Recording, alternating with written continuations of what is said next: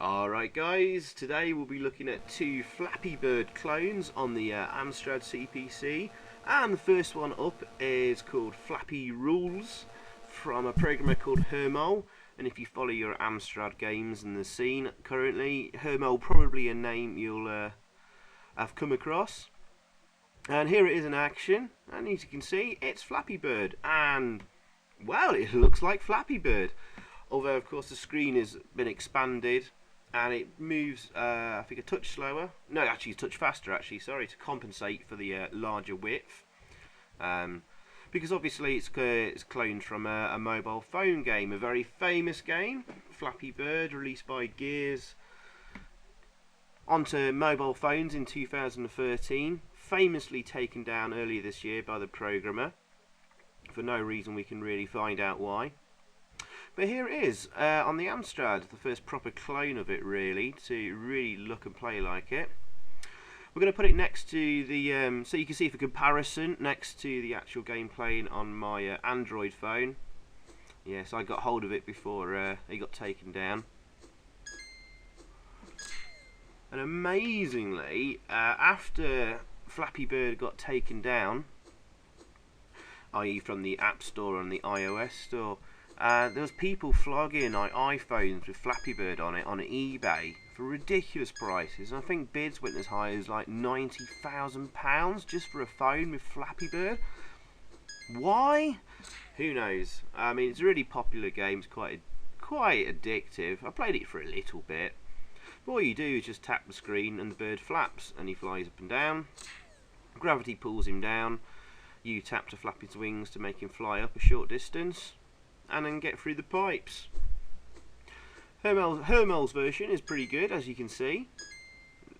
Probably one of the clones on an 8-bit system of the game that really looks the part in comparison. Although Hermol's is missing like a high score table and sound effects, but that's a really decent effort. And there was another one, Flappy Bird clone for the Amstrad CPC, done for the what's called the Mini LD52 Retro Challenge. Well, another name familiar to many of you on the Amstrad scene, Optimus 6128 has produced this called Flappy UFO. Not quite as impressive looking, and a completely different look for the game. This time you've got like an energy bar at the top right there. If you touch any of the scenery, or the stalagmites and stalactites or whatever, you lose energy. And he's also done it in levels. Now of course the original Flappy Bird, it never ended. You just had to see as far as you could get. And I think, as you saw on my mobile phone footage there, I think I got to 79 on Flappy Bird, which is pretty high because it's quite difficult. But I don't think I ever play it anymore. I think the fad's faded out. There was a lot of clones done of this game for various different computers. Talking of the 8-bit scene, there's Flappy Bird clones from everything on the Commodore 64 to the MSX. Done quite a few months ago, so the Amstrad versions were a bit late in coming, which is pretty typical, but well done to Hermol and Optimus 6128.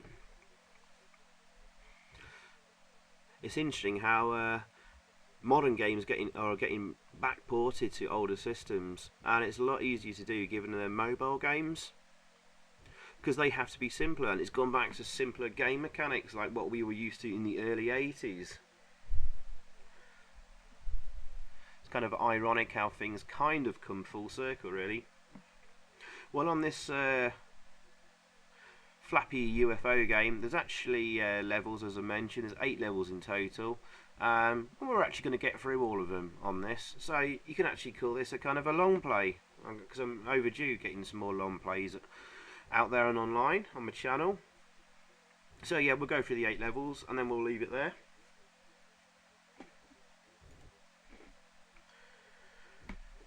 What else to mention? Flappy Bird apparently is going to be returning at some point, albeit in a different form with multiplayer elements, and I think it has already been released for think one of Amazon's mobile devices.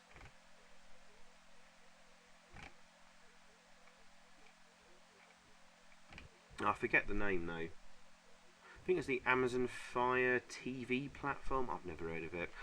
Anyway, so there we go. Flappy Bird clones to the Amstrad CPC. I'll provide links for you to download them in the description below the video, of course. Thanks for watching, guys.